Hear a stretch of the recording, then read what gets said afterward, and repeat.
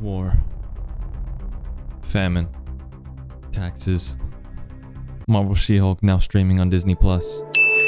These are all things that most people can agree on to be pretty bad. Another thing most people can agree on is that video games freaking rock.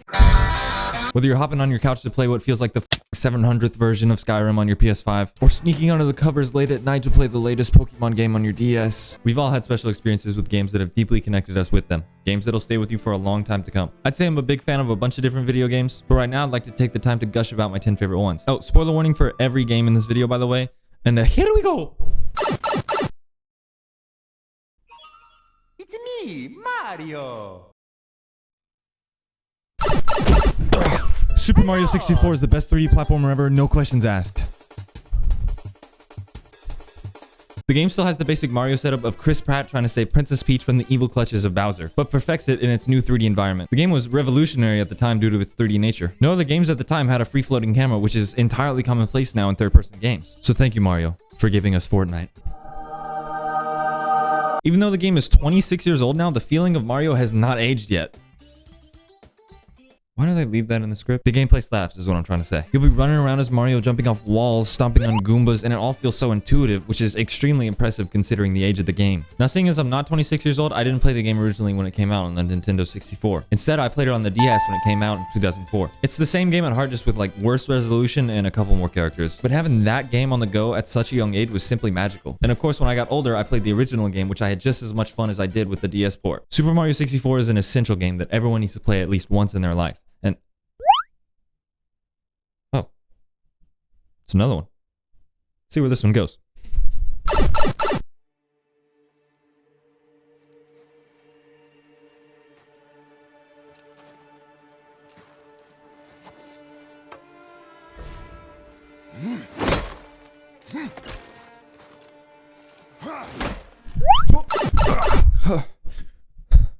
Where am I? Oh, this game.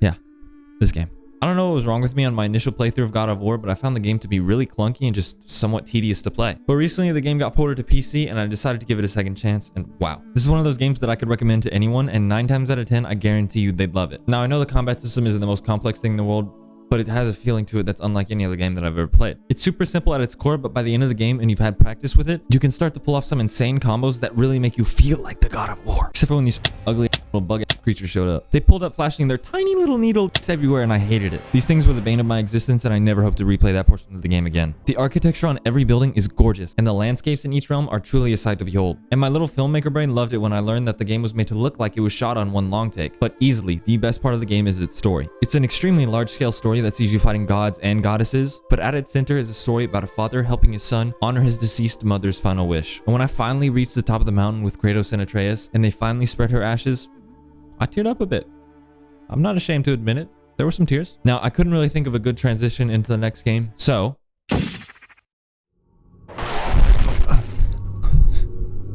wasn't that such a quirky little transition? Portal 2 is one of the first games I can ever remember playing. I have such a vivid memory of me and my dad sitting on the floor as he showed me this brand new game we got on the Xbox 360 for the first time. Tiny 6-year-old me had not experienced another game up to this point other than fucking Lego Star Wars The Complete Saga for the DS. And here I was staring at this eerie, insanely woody, and downright gorgeous video game known as Portal 2.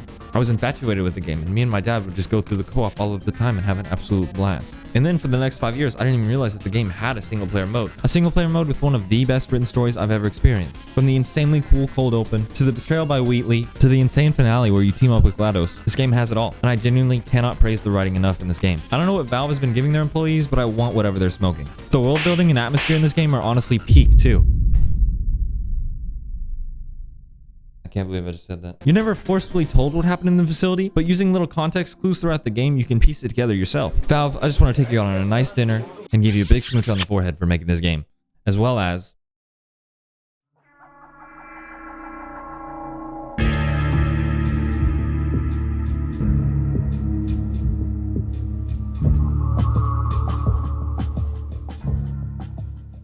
Half-Life Alyx is the best VR game out there, and I don't think many people would disagree with me on that. Valve released Half-Life 2 Episode 2 in 2007 to critical and commercial success. So what do they do after that? Release Episode 3 for the public to enjoy and capitalize off their success?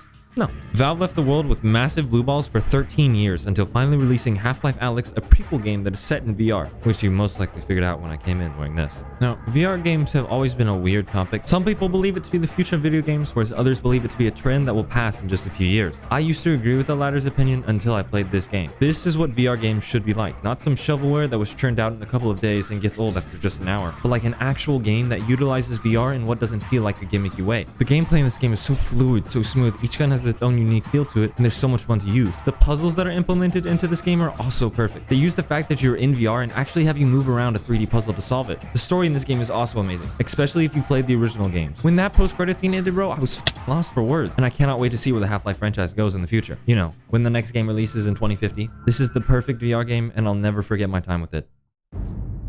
This thing is really hot.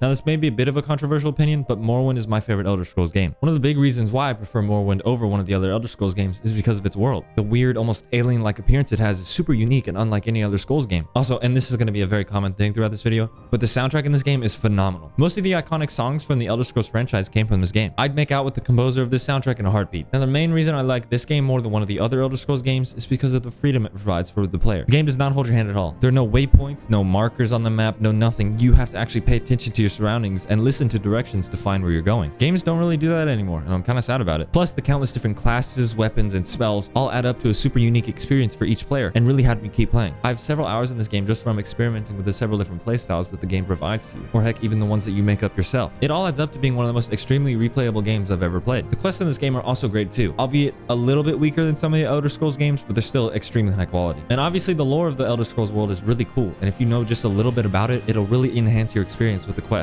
Now, mine and many others' only real complaint about the game is the combat. It uses a dice roll D&D style combat system that requires you to be extremely high level to actually even hit anything. So if you're at level 1 and your stats are really low, this is how combat is going to go.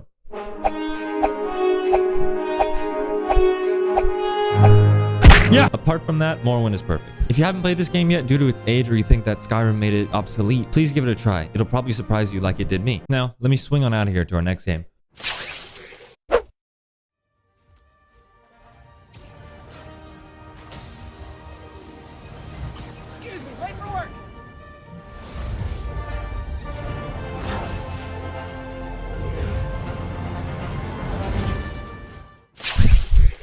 Spider-Man is mine and many others' favorite superhero. How could he not be? He was just a skinny little kid who got some amazing powers, leaving every 5-year-old white boy looking up to him. So when it was announced he was getting his own exclusive PS4 game in 2016, you best believe I was excited. And sadly, it wouldn't be until 2021 until I could actually play the game, as I didn't have a PlayStation until that time. And when I eventually did, oh boy. Gaming began. This is my third favorite Spider-Man story, only surpassed by Spider-Man 2 and Into the Spider-Verse. And a big reason behind that is because of Yuri Lowenthal's performance. Let me just give a big shout out to that man. Sasuke, Ben 10, and now Spider-Man. That guy's the go-to voice actors, and I love that man. And what I would give to suckle on his big toe. His portrayal of Peter Parker is right up there with Andrew Garfield and Tobey Maguire's rendition. The story he accompanies is no short of amazing too. Whether it's the Sinister Six pulling up, or Aunt May. We don't talk about that. Each moment is expertly crafted to be the perfect Spider-Man experience. It's also just one of the best looking games I've ever played. The way the lighting hits each building during a sunset, or even when it's midnight and all the buildings' lights are on, it looks unreal. All the character models are exceptional as well. Just look at her, and this guy, and her, and... Well, maybe don't look at him. And of course, the web slinging in this game goes hard. Like harder than me when I see Mikasa Ackerman. This game has mastered what it should feel like swinging around New York City as Spider-Man. The weight and momentum of each swing is just perfect, and I don't know how they did it. Over half my playtime is just from me swinging around the city. I've only fallen in love with one other game's open world like this one. But before we get to that one, we have...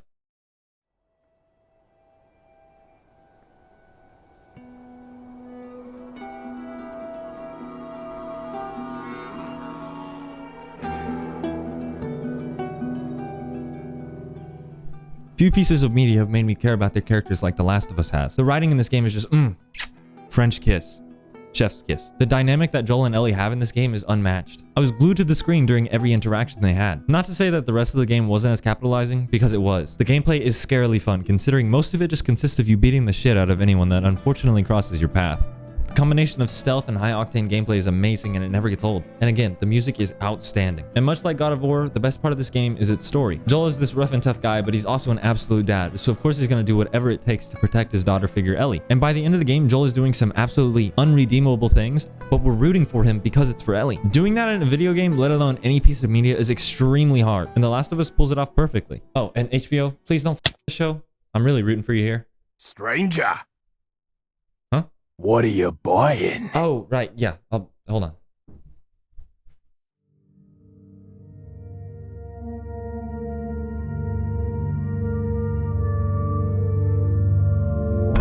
Resident Evil 4. Is that all, stranger? Yeah, you know how it is, man. Wife, kids, all that sort of stuff.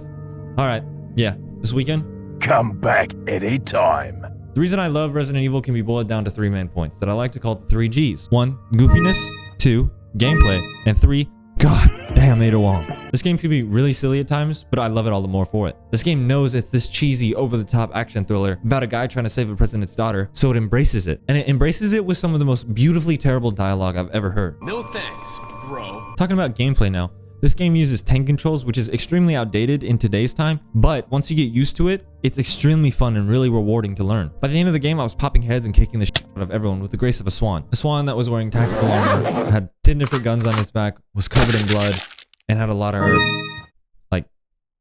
Like a lot of herbs. And then our third G should be pretty self-explanatory. RE4 is a spectacular game that everyone should play, which is really easy nowadays considering it's been ported to every console in existence.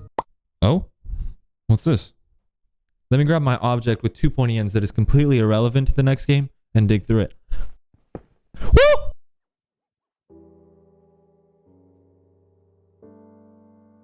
Oh! Oh! What can I say about Minecraft that already hasn't been said? It's the best-selling game of all time for a reason. The amount of creative freedom that the game provides is unlike any other, and the possibilities are actually endless. This is probably the game I put the most hours into, mostly because I was at the perfect age when the game came out on the Xbox 360. My cousin Kai got it set up for me, and after that, for almost every hour of the day, I was playing the game. I still remember that awesome castle we had. I was enthralled with the game and I couldn't put it down. And for the next 2 years, I probably only played Minecraft. I still remember when I called up my cousin asking how to set up the Aether portal.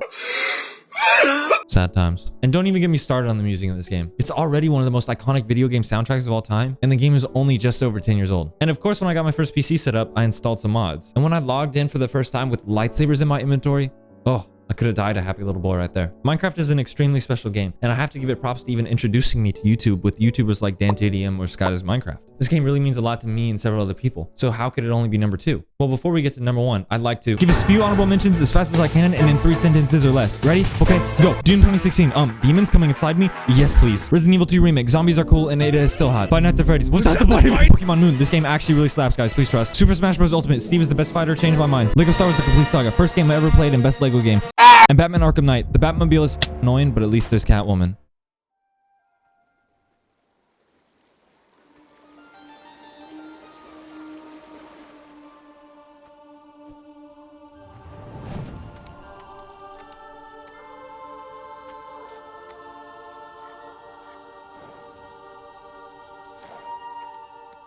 This is without a doubt my favorite video game of all time. I could talk endlessly about this game and honestly it deserves its own video, but I'll try to keep it brief here. Shadow of the Colossus is vague with a capital V. If you don't know anything about it, I'll give you the main motivation behind the story. You follow a boy named Wander as he's trying to resurrect a girl named Mono by killing 16 colossi for being named Dorman, all while a man named Iman is trying to find Mono. And that's it. There's no convoluted backstory on how Wander or Mono met, or even exactly why Iman is looking for Mono. The game just doesn't need to do that. It doesn't need to because it leaves it up to the player's interpretation of what happened. Wander and Mono could have been siblings or even lovers, but it doesn't matter. What matters is the player's own interpretation of the story and what best fits their version of it. This ambiguity when necessary and your own choice to figure out what happened is honestly really cool, and I really respect any piece of media whenever it does it. Now let's talk about these bad boys. The Colossi are terrifying, beautiful, intimidating, and every other verb that I don't want to put in the script right now. The animation on these things are incredible alone. The way they walk just has so much momentum and weight behind it. It's incredible what these animators were able to accomplish. And all of that just adds to the intensity when you have to fight one of the giant f***s. Each fight with the Colossi is so unique and so much fun to attempt. And again, I cannot stress how amazing these designs are. They're made out of statues, the earth, living creatures. It's just